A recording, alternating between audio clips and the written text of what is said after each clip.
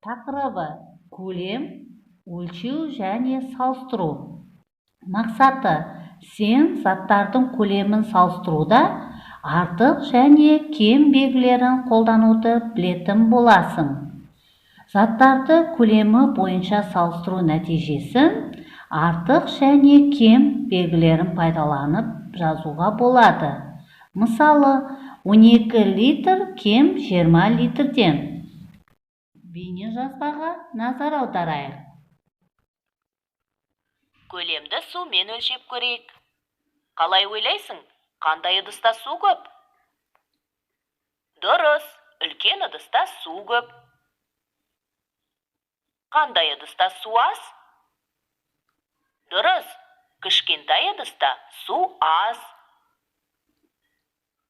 Қандай ыдыста су көп, немесе аз екенін қалай анықтауға болады? Ол үшін көлем өлшем бірлігі литрді пайдаланады. Екі ыдыстағы суды өлшейміз. Өлшеуіш ыдысқа құйып, салыстырамыз. Бірінші ыдыстағы сұйықтық екіншідегіге қарағанда көп екен.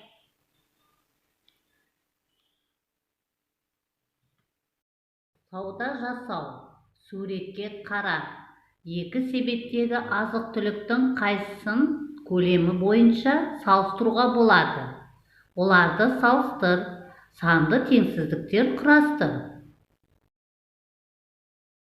Білім лебтің тапсырмасын орындайық. Аквариумды суға толтыру үшін неше шелек су керек? Шығарып көр. Бір аквариумға 20 литр су сияды, ал екіншісіне 30 литр. Қай аквариумдағы судың көлемі артық? Қаншаға артық? Санды теңсіздік құрастыр. Сен неше теңсіздік құрастыра аласың?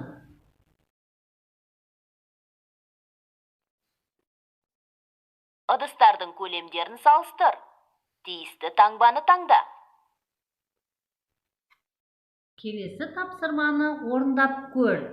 Өлшеу нәтижелерінің арасына қандай белгі қоюға болатынын анықта. Келесі бейнежазбадағы тәжірибені үйден жасап көреміз. Мен бүгін математикадан заттың көлемін қалай өлшеуге болатынын үйрендім. Мен тәжірибемді сіздермен бөліскім келеді. Ол үшін тәжірибеге керек заттарды дайындап аламын. Мен достар, тәжірибеге керек заттарды дайындап алу. Бірінші 1,5 литрлік ыдыс, 1 литрлік ыдыс, жарты литрлік ыдыс и 1 литрлік су. Тәжірибенің нәтижесін жазып отыратын дәптер керек. Достар, тәжірибемізді бастаймыз. Ыдыстағы суымызды құямыз ыдысқа.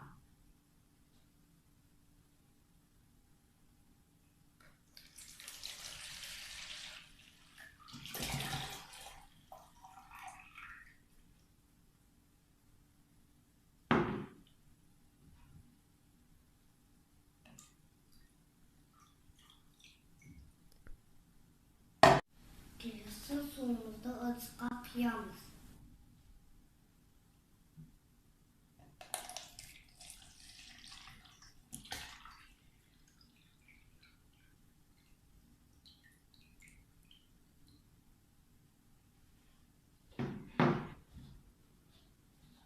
Міне, 1 литр су. Үшінші ыдысымызға суды құямыз.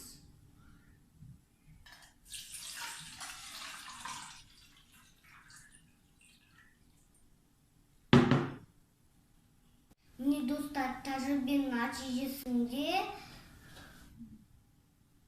1 литрдан артық, 1 литрдан тең, 1 литрдан кем су шықты. Тәжірибенің нәтижесінде судың көлемін